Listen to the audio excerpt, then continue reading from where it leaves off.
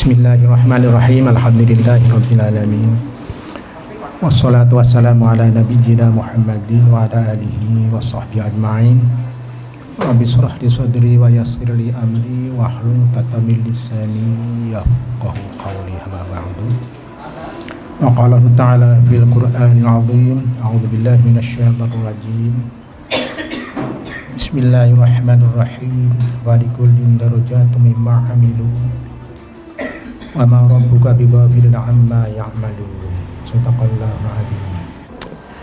Sekian lama kita tidak bertemu dalam suasana seperti ini terkait dengan kajian atau juga pengajian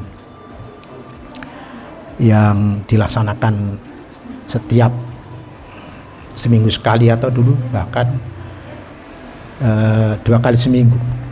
Tapi setelah adanya COVID ini agak terkendala sehingga pada hari ini kita diberikan karunia oleh Allah Subhanahu wa taala bisa bertemu bermuajahah dalam majelis mencari ilmu. Karena ada hadis yang mengatakan man jaa fi latil ilmi fa huwa fil jannah hatta yarji'a. Barang siapa yang menghadiri majelis ilmu, dia akan mendapatkan kapling surga sehingga sampai dia selesai atau pulang dari pengajian. Doa yang kita baca sebelum kita masuk dalam bulan suci Ramadan yang bunyinya adalah Allahumma barik lana fi Rajab wa Sya'ban wa balighna Ramadan. Jadi doa ini tidak sekedar doa ya, tapi seperti halnya kalau orang akan punya keinginan yang sangat ya, ingin wisata ke tempat yang asing itu kan dia sangat mendambakan, sangat bersiap-siap dan alangkah senangnya kalau sampai ke waktu yang dicita-citakan. Nah ini kita semuanya sudah wabalighna Ramadan itu sudah sampai. Hanya ibaratnya sampai kalau ke tempat tujuan wisata itu nak wis tekan kono ki ngopo? Hanya jalan-jalan. Tapi biasanya kalau orang bepergian wisata itu kan bagi yang di rumah mesti tanya di oleh-oleh kan gitu. Oleh-olehnya apa? Nah ini kaitannya dengan ayat yang saya baca tadi dalam surat Al-An'am ayat 132. Intinya adalah setiap manusia itu memiliki derajat amal masing-masing, punya tingkatan masing-masing sesuai dengan apa yang dikerjakan. Kaitannya dengan puasa Ramadan ini saya kira juga sudah sangat familiar ya tentang tingkatan-tingkatan orang yang puasa itu ada yang puasa yang khawas, ada yang khawasul khawas dan macam-macam. Begitu juga puasa, karena puasa ini kadang-kadang banyak orang yang mengetapnya terlalu definitif, hanya mencegah makan dan minum dan jima pada bulan Ramadan. Tapi ada hadis lain yang mengatakan laisa siyam minal akli wasyurbi innamas siyam minal lagwi warrafati. Jadi bukanlah puasa itu hanya sekedar makan dan minum, tetapi puasa itu yang sangat hakiki adalah minal lagwi warrafati. Jadi meninggalkan hal-hal yang lagho, hal-hal yang tidak berguna, dan kata-kata yang jorok, kata-kata yang tidak semestinya. Jadi kalimat itu mengisyaratkan bahwasanya bagaimana kita memperbanyak aktivitas-aktivitas selama 24 jam ini. Jadi kalau siang itu kebanyakan kan yang paling banyak ya, terus terang aja saya juga mengalami. Yang paling banyak kalau tidak kerja ya tidur itu ya. Kalau tidur itu kan sesuai dengan nyanyiannya Mbah Surip itu ya. bangun tidur lagi, tidur terus mati kan gitu kan. Ya itu boleh ya, artinya yang dikatakan sebagai tidurnya orang puasa itu ibadah itu karena memang pada saat dia ibadah yang lain capek, baca Quran capek, zikir capek, macam-macam capek itu kan, baru dia tidur. Tidak apa-apa kok tidur, bangun, sembahyang, sholat, tidur lagi nih. Nah, itu yang dikritik oleh hadis ini adalah, jadi kebanyakan puasa itu hanya sekedar menunggu waktu, menghabiskan waktu, tetapi tidak mengisi waktu. Sama dengan kaitannya dengan COVID ini kan, kebanyakan orang itu memberikan pesan jaga kesehatan ya. Nah, lupa itu satu, mengisi kesehatan itu. Jadi di samping menjaga juga mengisi, ini yang paling sulit. Begitu juga puasa ini yang paling sulit, mengisinya itu.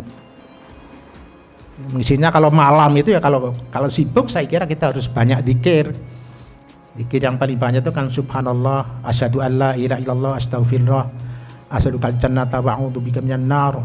Itu yang paling banyak. Allahumma innaka afuwwun tuhibbul afwa fa'fu anni. Dan zikir-zikir yang sifatnya soft ya, yang tidak didengar oleh orang lain, itu juga barangkali sebagai upaya untuk mengisi selama kita sibuk itu dengan adanya kesibukan-kesibukan yang sifatnya spiritual, kesibukan-kesibukan yang sifatnya keagamaan. Ya. Jadi kalau orang yang ideal itu kan, bagaimana seandainya 1 bulan ini penuh dijadikan sebagai satu tahun itu penuh dijadikan sebagai bulan puasa, karena dia sangat nyaman, dia sangat nikmat, dia sangat rindu sekali dengan janji-janji Allah yang berlebih, tingkatan-tingkatan amal yang tidak biasanya dilipat gandakan ya. Oleh karena itu, maka dalam konteks ini mari kita melakukan upaya-upaya yang maksimal, mensitir apa yang dikatakan oleh Ari Ginanjar kalau tidak salah itu. Jadi memang keberhasilan, kegagalan orang itu ada 3 hal. Yang pertama adalah dia mengerti, dia mendengar, mempelajari. Tetapi apa yang dia mengerti, apa yang dia pelajari itu tidak sampai kepada hati. Jadi hanya ngambang, tapi tidak sampai ngerkes ya, ngerkes. Kalau dalam istilah yang lain ya, sampai fafadat ainahu. Jadi rajulun dzakarallaha khalian fafadat ainahu. Jadi orang yang zikir, orang yang betul-betul dia melakukan ibadah-ibadah yang sampai dia fafadat ainahu, merebes mili. Karena dalam hadis itu merebes milinya, keluarannya luh dari mata itu sebagai bukti nanti akan masuk surga itu. Dengan adanya tetesan air dari matamu itu sebagai bukti kamu sungguh-sungguh di dalam mendekat kepada aku. Jadi mendekat itu kan, teori hadisnya itu kan, barang siapa yang mendekat kepada Allah 1 jengkal, maka Allah akan mendekat kepada kita 1 hasta. Barang siapa yang mendekat kepada Allah 1 hasta, maka Allah akan mendekat kita 1 depa. Barang siapa yang mendekat kepada Allah dengan berjalan, Allah akan mendekat kepada kita dengan lari. Itu perumpamaan adalah, jadi Allah tidak akan, makanya kan innallaha la yughayyiru ma biqaumin hatta yughayyiru ma bi anfusihim. Jadi kita harus bergerak, berpikir, bergerak, berbuat, bermanfaat. Nah, itu saya kira beberapa kategori yang harus kita lakukan di dalam aktivitas kita sehari-hari. Jadi itu yang pertama, kadang-kala orang tidak sampai kepada hatinya itu enggak tergetar ya, summa qasat qulubuhum, sehingga mati gitu kan begitu. Yang kedua kalinya, banyak orang yang mengerti, mempelajari, tahu ilmunya, tetapi tidak saling melengkapi kekurangannya di mana itu kan. Saya itu kekurangannya di mana, toh harus tahu. Jadi kalau kita tidak tahu kekurangannya sendiri, ya apa yang harus ditambalkan begitu, apa yang harus disempurnakan. Jadi makanya apa yang kita lakukan saling melengkapi satu dengan amal kita sendirilah. Kita kurang apa. Kalau kita mungkin beribadah dengan harta yang agak kurang, masih eman-eman, itu masih pelit itu kan. Padahal Al-Qur'an mengatakan barang siapa yang pelit ya mengeluarkan harta berarti pelit kepada dirinya sendiri. Ya, termasuk saya juga masih kategori seperti itu. Nah, jadi makanya kita di dalam bulan puasa ini mari kita sendiri melengkapi terhadap beberapa aktivitas yang sebelumnya belum kita lakukan. Terutama besok terkait dengan amalan yang ya mungkin ya jarang-jarang kita lakukan ya, iktikaf itu. Yang paling rajin iktikaf itu ini saudara saya Pak Sidik ini ya paling. Saya nggak tahu di masjid masih ada iktikaf Pak Sidik. Di sini nggak ada. Oh nggak ada. Ya. Oh gitu. Oh iya. Ya. Ya berarti ini agak menurun gitu. Tapi nggak apa-apa lihat. Iktikaf gitu ya. Iktikaf yang bener-bener kalau kita kan iktikaf itu hanya apa namanya apa istilahnya belajar iktikaf gitu ya. Iktikaf. Yang terakhir adalah banyak orang yang mempelajari mengerti sesuatu tetapi tidak sampai kepada aksi. Ya, aksi. Ya. Aksi maksudnya adalah apa yang kita mengerti, apa yang kita pelajari itu betul-betul pas itu ya. Jadi ibaratnya seperti murbaut. Jadi apa yang kita ketahui itu dilaksanakan, ditutup pas itu, tidak longgar, tidak kurang. Nah, kita kebanyakan kurang tutupnya, ada kurang tutupnya ini.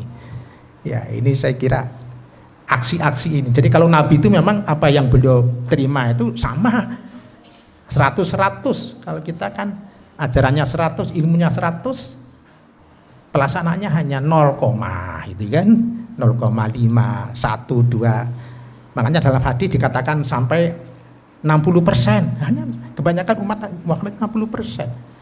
Jadi itu yang ideal, itu yang sudah maksimal. Jadi kebanyakan masih di bawah itu. Oleh karena itu maka mari kita menerapkan dan mengisi man shoma Ramadan atau man qama Ramadan imanan wa ihtisaban ghufira lahu ma taqaddama min dzambi. Itu yang paling penting. Jadi Allah menjamin akan diampuni dosanya yang telah lalu.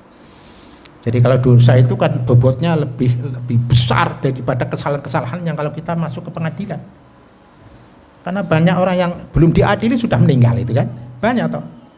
Belum diadili sudah stres, sakit-sakitan macam-macam. Itu belum diadili.